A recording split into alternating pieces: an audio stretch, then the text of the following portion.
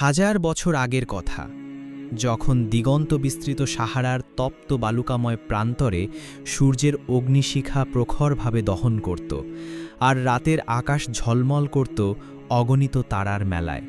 মিশরের সুবিশাল সাম্রাজ্যের লৌহ মুষ্টি থেকে মুক্তি পেয়ে এক বিশাল কাফেলা এগিয়ে চলেছে। এটি কোনো সাধারণ কাফেলা ছিল না, এটি ছিল আল্লাহর মনোনীত জাতি বনি ইসরাইল, যারা তাদের নবী হজরত মুসা আলাইহি ওয়াসাল্লামের নেতৃত্বে ফেরাউনের সীমাহীন দাসত্ব ও নিষ্পেষণ থেকে সদ্য মুক্ত হয়েছে। তাদের হৃদয় ছিল একদিকে মুক্তির আনন্দে উদ্বেলিত, অন্যদিকে এক অজানা ভবিষ্যতের আশঙ্কায় আন্দোলিত। তাদের গন্তব্য ছিল আল্লাহর প্রতিশ্রুত পূর্ণভূমি, যেখানে তারা একটি স্বাধীন জাতি হিসেবে নিজেদের আবাস গড়ে তুলবে। দিনের পর দিন, রাতের পর রাত অবিরাম যাত্রা চলছিল। মরুভূমির ঊষর প্রান্তর, প্রখর সূর্যতাপ আর ক্লান্তিকর পথচলা, কোনো কিছুই তাদের ইস্পাত কঠিন সংকল্পকে টলাতে পারেনি। বিশাল কাফেলা, যার প্রতিটি সদস্যের চোখে ছিল স্বাধীন জীবনের স্বপ্ন, এগিয়ে চলছিল ধীরলয়।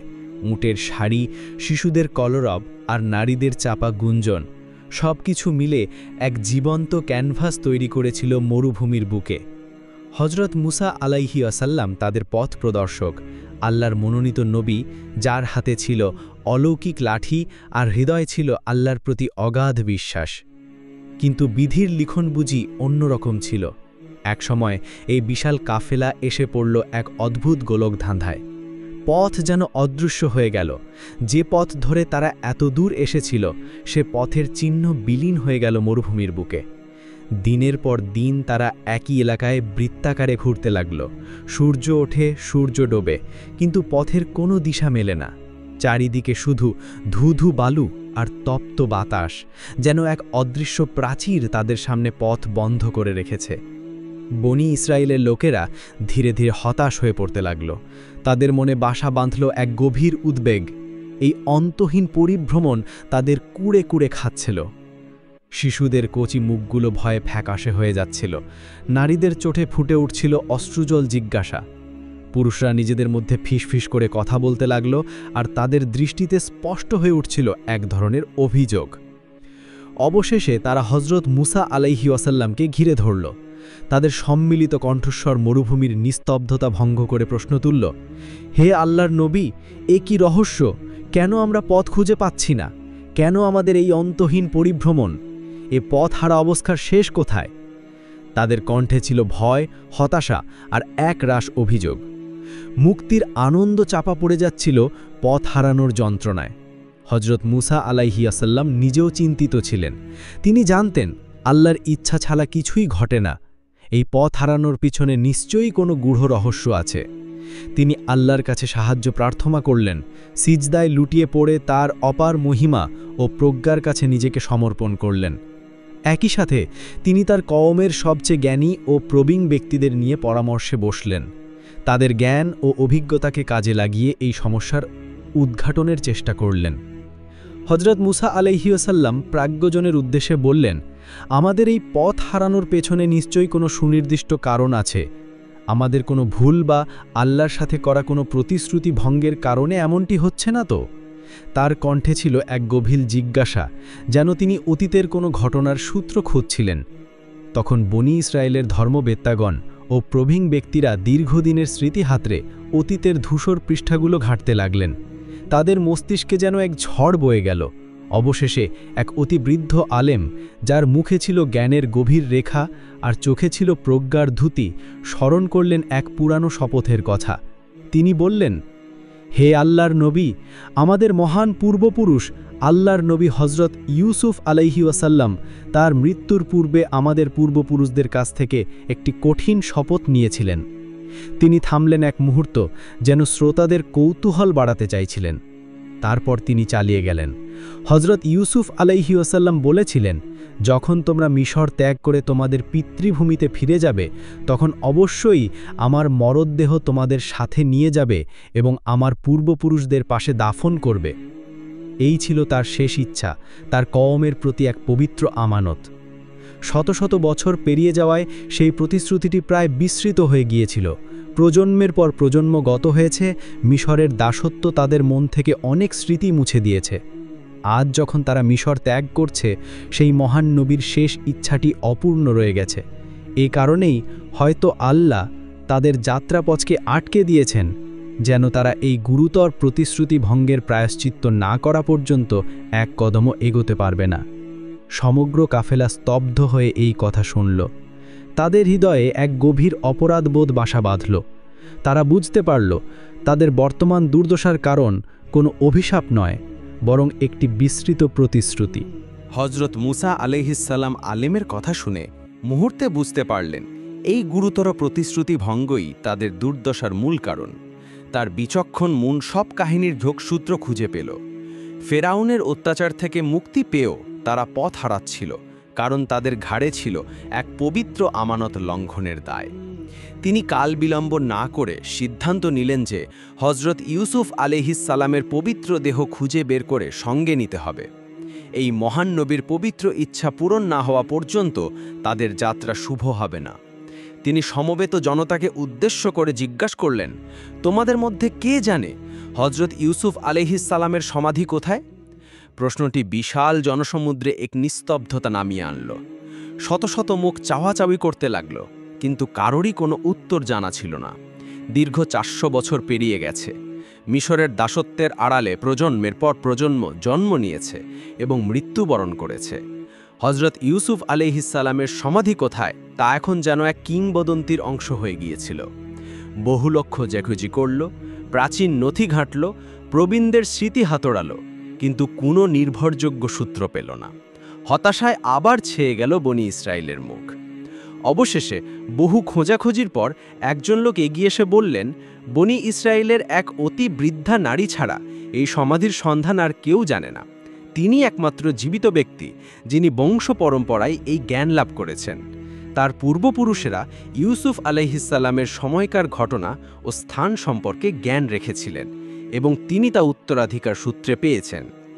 হজরত মুসা আলাইহিসসালাম কাল বিলম্ব না করে সেই বৃদ্ধার কাছে দূত পাঠালেন। দূতেরা গিয়ে বৃদ্ধাকে সসম্মানে হজরত মুসা আলাইহিসসালামের সামনে নিয়ে এলেন। বয়সের ভারে তিনি নুব্জ ছিলেন, তার চামড়া কুঁচকে গিয়েছিল, শরীরটা ছিল অনেকটা ধনুকের মতো বেঁকে যাওয়া, কিন্তু তার চোখ দুটোই ছিল এক অসাধারণ দ্যুতি, এক গভীর জ্ঞানের প্রতিফলন আর ঈমানের অনাবিল শান্তি। তার চেহারা দেখে মনে হচ্ছিল যেন তিনি শত শত বছরের ইতিহাসকে নিজের মধ্যে ধারণ করে আছেন। হজরত মুসা আলাইহিসসালাম অত্যন্ত বিনয়ের সাথে সেই বৃদ্ধাকে সম্বোধন করলেন, হে শ্রদ্ধেয়া মাতা, আল্লাহর নবী হজরত ইউসুফ আলাইহিসসালামের সমাধির সন্ধান দিয়ে আমাদের সাহায্য করুন। আমরা পথ হারিয়েছি এবং আমাদের বিশ্বাস তার প্রতি আমাদের পূর্বপুরুষের প্রতিশ্রুতি পূরণ না করা পর্যন্ত আমরা এই মরুভূমি থেকে মুক্তি পাব না। তার কণ্ঠে ছিল এক গভীর আর্জি, যার সাথে মিশেছিল শ্রদ্ধাবোধ। বৃদ্ধা মুচকি হাসলেন। তার সেই হাসিতে ছিল দুনিয়ার প্রতি নির্মমতা আর আখিরাতের প্রতি গভীর আস্থা। তিনি দুনিয়ার ক্ষণস্থায়ী কোনো বস্তুর প্রতি আকর্ষণ দেখালেন না। তিনি বললেন, আমি অবশ্যই তোমাদের সমাধির সন্ধান দেব, কিন্তু এর বিনিময়ে আমার একটি শর্ত আছে। তার কণ্ঠ ছিল শান্ত ও দৃঢ়, যেন তিনি জানতেন কি চাইতে হবে। হজরত মুসা আলাইহিসসালাম অত্যন্ত আগ্রহ নিয়ে জিজ্ঞাসা করলেন, আপনার কি শর্ত বলুন। তিনি প্রস্তুত ছিলেন যে কোনো জাগতিক বিনিময়ের জন্য, যদি তাতে তাদের পথ খুলে যায়। বৃদ্ধা তার জীবনের সর্বশ্রেষ্ঠ চাওয়াটি পেশ করলেন। তিনি কোনো ধনসম্পদ, ক্ষমতা বা জাগতিক বস্তু চাইলেন না। তিনি বললেন, আমার শর্ত হলো আমি আপনার সাথে জান্নাতে থাকতে চাই। তার এই আকুল চাওয়া যেন মহৎ এক আধ্যাত্মিক আকাঙ্ক্ষার প্রতিচ্ছবি ছিল। এই কথা শুনে হজরত মুসা আলাইহিসসালাম কিং কর্তব্য বিমূঢ় হয়ে গেলেন। জান্নাতের ফায়সালা করা একমাত্র আল্লাহর এখতিয়ারে। একজন নবী হয়েও তিনি কিভাবে এই প্রতিশ্রুতি দেন? তিনি দ্বিধান্বিত হয়ে চুপ করে রইলেন, কারণ তিনি জানতেন এমন একটি প্রতিশ্রুতি কেবল আল্লাহই পূরণ করতে পারেন। তার মন ধর্মীয় নীতিবোধ ও মানবিক সাহায্যের প্রয়োজনের মধ্যে দুলতে লাগল। ঠিক তখনই মহান আল্লাহর পক্ষ থেকে হজরত মুসা আলাইহিসসালামের উপর ওহী নাজিল হল। আল্লাহ তাকে নির্দেশ দিলেন, হে মুসা, বৃদ্ধার শর্ত মেনে নাও। তার ঈমান ও প্রজ্ঞার পুরস্কারে আমি তার আরজি কবুল করেছি। এই ওহী হজরত মুসা আলাইহিসসালামের সকল দ্বিধা দূর করে দিল। তিনি বুঝলেন আল্লাহ এই বৃদ্ধার ঈমানের গভীরতা সম্পর্কে অবগত এবং তার চাওয়াকে মূল্য দিয়েছেন। আল্লাহর নির্দেশ পেয়ে হজরত মুসা আলাইহিসসালামের মন থেকে সকল সংশয় দূর হয়ে গেল। তিনি বৃদ্ধার দিকে ফিরে বললেন, আপনার শর্ত আমি মেনে নিলাম। আল্লাহর হুকমে আপনি জান্নাতে আমার সাথেই থাকবেন। তার কণ্ঠে ছিল এক আনন্দ ও প্রশান্তির সুর। বৃদ্ধার মুখে তখন এক অপার তৃপ্তির হাসি ফুটে উঠল, যা তার বৃদ্ধ বয়সেও তারুণ্যের লাবণ্য ফিনিয়ে এনেছিল। তিনি জেনেছিলেন তার জীবনের আসল উদ্দেশ্য পূরণ হতে চলেছে। বৃদ্ধা তার জীবনের পরম আকাঙ্ক্ষা পূরণের আশ্বাস পেয়ে অত্যন্ত আনন্দিত হলেন। তার চোখে মুখে ফুটে উঠল এক স্বর্গীয় আভা। তিনি আর দেরি না করে বনি ইসরায়েল জাতিকে একটি ছোট হ্রদের কাছে নিয়ে গেলেন। মরুভূমির বুকে এই জলাশয়টি যেন ছিল এক অদ্ভুত স্থান, যা স্থানীয়দের কাছে বিশেষ পরিচিত ছিল। জলাশয়টির পানি জমে একটি কাদা রূপ ধারণ করেছিল, যেখানে ঘন কাদা আর অল্প পানি মিশে এক অস্বস্তিকর পরিবেশ তৈরি হয়েছিল। বৃদ্ধা শান্ত কণ্ঠে বনি ইসরায়েলকে নির্দেশ দিলেন, এই জলাশয়ের সমস্ত পানি সেচে ফেলো। তার কথায় কোনো সংশয় ছিল না, ছিল কেবল সুদৃঢ় বিশ্বাস। লোকেরা তার নির্দেশনা অনুযায়ী কাজ শুরু করল। যদিও কাজটি ছিল অত্যন্ত শ্রমসাধ্য, কিন্তু নবীর প্রতিশ্রুতি পূরণের তাগিদে তারা অক্লান্ত পরিশ্রমে জলাশয়ের পানি নিষ্কাশন করতে লাগল। হাজার হাজার লোক একত্রিত হয়ে বালতি আর পাত্র দিয়ে কাদা ও পানি সরাতে লাগল। তাদের বিশ্বাস ছিল এই বৃদ্ধা আল্লাহর বিশেষ রহমত প্রাপ্ত এবং তার নির্দেশেই তাদের মুক্তি মিলবে। অবশেষে দীর্ঘ প্রচেষ্টার পর জলাশয়টি সম্পূর্ণ শুকিয়ে গেল। এরপর বৃদ্ধা একটি নির্দিষ্ট স্থানে গিয়ে দাঁড়ালেন এবং আঙুল দিয়ে নির্দেশ করে বললেন, এখানে খনন করো। তার নির্দেশনায় একটি ছোট দল সেই নির্দিষ্ট স্থানে খনন কার্য শুরু করল। মাটি অত্যন্ত শক্ত এবং শুষ্ক ছিল, কিন্তু ইউসুফ আলাইহিওয়াসাল্লামের পবিত্র দেহাবশেষ খুঁজে পাওয়ার আশায় তারা জোর কদমে কাজ করতে লাগল। কিছু সময় খোঁড়ার পরেই মাটির নিচ থেকে একটি বিশাল ও সুসজ্জিত লোহার সিন্দুক বেরিয়ে এলো। সিন্দুকটি ছিল অত্যন্ত পুরাতন, কিন্তু আশ্চর্যভাবে সুরক্ষিত। যখন সেই সিন্দুকটি খোলা হলো, তখন সকলে দেখল এক অলৌকিক দৃশ্য। শত শত বছর পরেও হজরত ইউসুফ আলাইহিওয়াসাল্লামের পবিত্র দেহ অবিকৃত অবস্থায় রয়েছে। এই দৃশ্য দেখে বনি ইসরায়েল জাতি বিস্ময়ে হতবাক হয়ে গেল। তাদের চোখ বিস্ফারিত হয়ে উঠল। তাদের পূর্বপুরুষদের কাছ থেকে শোনা সেই কাহিনী যে সত্য, তা তারা নিজেদের চোখে দেখল। আল্লাহর নবীদের দেহ মাটিতে বিলীন হয়ে যায় না। এটি এক মহৎ নিদর্শন ছিল, যা তাদের ঈমানকে আরও সুদৃঢ় করল। হজরত ইউসুফ আলাইহিওয়াসাল্লামের মুখমণ্ডলে তখনও যেন এক স্বর্গীয় জ্যোতি লেগেছিল, যা দেখে শত শত বছর ধরে বয়ে আসা দুঃখ কষ্ট যেন এক নিমেষে দূর হয়ে গেল। যখনই তারা হজরত ইউসুফ আলাইহিওয়াসাল্লামের পবিত্র দেহ মোবারক বহন করে উপরে তুলে আনল, তখনই এক অলৌকিক ঘটনা ঘটল। যে পথ এতক্ষণ ধোঁয়াশায় ঢাকা ছিল, মরুভূমির যে দিক দিয়ে তারা পথ হারিয়ে বারবার ঘুরপাক খাচ্ছিল, সেই পথ যেন দিনের আলোর মতো স্পষ্ট হয়ে গেল। তাদের সামনে থেকে যেন এক অদৃশ্য পর্দা সরে গেল এবং প্রতিশ্রুত ভূমির দিকে যাওয়ার সঠিক রাস্তা পরিষ্কারভাবে উন্মুক্ত হয়ে গেল। মরুভূমির দিগন্ত জুড়ে নতুন করে এক আশার আলো ফুটে উঠল।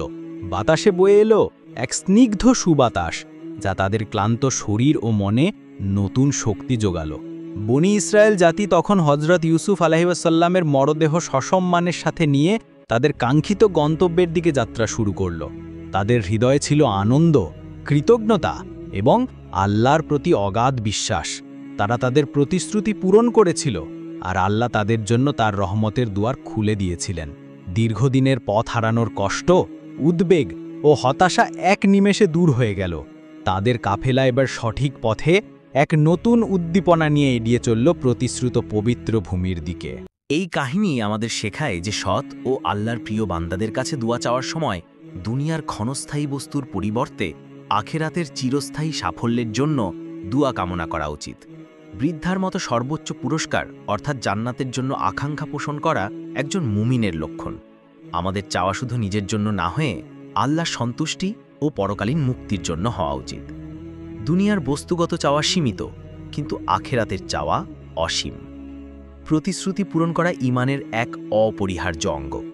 বনি ইসরায়েল জাতি যতক্ষণ হজরত ইউসুফ আলাইহিসসালামের কাছে করা তাদের পূর্বপুরুষদের প্রতিশ্রুতি পূরণ করেনি, ততক্ষণ তারা পথ খুঁজে পায়নি। এটি প্রমাণ করে যে আল্লাহর কাছে প্রতিশ্রুতি ভঙ্গের গুরুত্ব কতখানি। আমাদের জীবনে দেওয়া প্রতিটি প্রতিশ্রুতি, তা আল্লাহর সাথে হোক বা মানুষের সাথে, পূরণ করা অপরিহার্য। এই ঘটনা প্রমাণ করে যে আল্লাহর নবীগণ মৃত্যুর পরেও বিশেষ মর্যাদার অধিকারী। তাদের দেহ মাটিতে বিলীন হয়ে যায় না, বরং আল্লাহ তাদের দেহকে সুরক্ষিত রাখেন। এটি তাদের অলৌকিকতা এবং আল্লাহর বিশেষ অনুগ্রহের নিদর্শন। তাদের ওসিলায় আল্লাহ মুশকিল আসান করেন এবং পথহারাদের সঠিক পথের দিশা দেখান। বৃদ্ধা নারী জানতেন যে জান্নাতের মালিক একমাত্র আল্লাহ, কিন্তু তিনি নবীর মাধ্যমে সেই আরজি পেশ করার গুরুত্ব বুঝতেন। এটি আল্লাহর রহমতের ওপর পূর্ণ ভরসার নিদর্শন। তিনি একজন নবীর পবিত্রতার ওপর আস্থা রেখেছিলেন এবং জানতেন যে আল্লাহ নবীর দোয়ায় সাড়া দেবেন। সৎ ব্যক্তিদের পাশে দাফন হওয়া একটি উত্তম কাজ। হজরত ইউসুফ আলাইহিসসালাম তার পূর্বপুরুষদের পাশে দাফন হওয়ার ইচ্ছা পোষণ করেছিলেন। এটি কেবল একটি শারীরিক দাফন ছিল না, বরং আধ্যাত্মিকভাবেও একটি উচ্চ মর্যাদার বিষয় ছিল। এর মাধ্যমে মৃত ব্যক্তিরা একে অপরের জন্য দোয়া করতে পারে এবং আধ্যাত্মিক সুফল লাভ করে। বৃদ্ধার চাওয়া প্রমাণ করে যে প্রকৃত প্রজ্ঞা কেবল জাগতিক জ্ঞান নয়, বরং পরকালের সাফল্য সম্পর্কে সচেতনতা। দুনিয়ার সামান্য প্রাপ্তি ছেড়ে তিনি জান্নাতের চিরস্থায়ী আনন্দ চেয়েছিলেন, যা একজন প্রজ্ঞাবান ব্যক্তির বৈশিষ্ট্য। যখন জাতি সম্মিলিতভাবে একটি প্রতিশ্রুতি পূরণের জন্য চেষ্টা করে, আল্লাহ তাদের প্রতি তার সাহায্য অবতীর্ণ করেন। হজরত ইউসুফ আলাইহিসসালামের দেহাবশেষ খুঁজে বের করার পরপরই পথ স্পষ্ট হয়ে যাওয়া ছিল আল্লাহর বিশেষ সাহায্য ও রহমতের নিদর্শন। বেদুইন লোকটি এবং উপস্থিত সকল সাহাবী এই ঘটনা থেকে একটি অমূল্য শিক্ষা লাভ করলেন। জাগতিক প্রয়োজনের ঊর্ধ্বে উঠে পরকালীন সাফল্যের জন্য প্রচেষ্টা করাই যে একজন মুমিনের প্রধান লক্ষ্য হওয়া উচিত, তা তারা গভীরভাবে উপলব্ধি করলেন। এই ঘটনা তাদের ঈমানকে আরও মজবুত করল এবং তাদের হৃদয়ে আল্লাহর প্রতি ভালোবাসা ও তার রহমতের প্রতি বিশ্বাস আরও গভীর করে তুলল।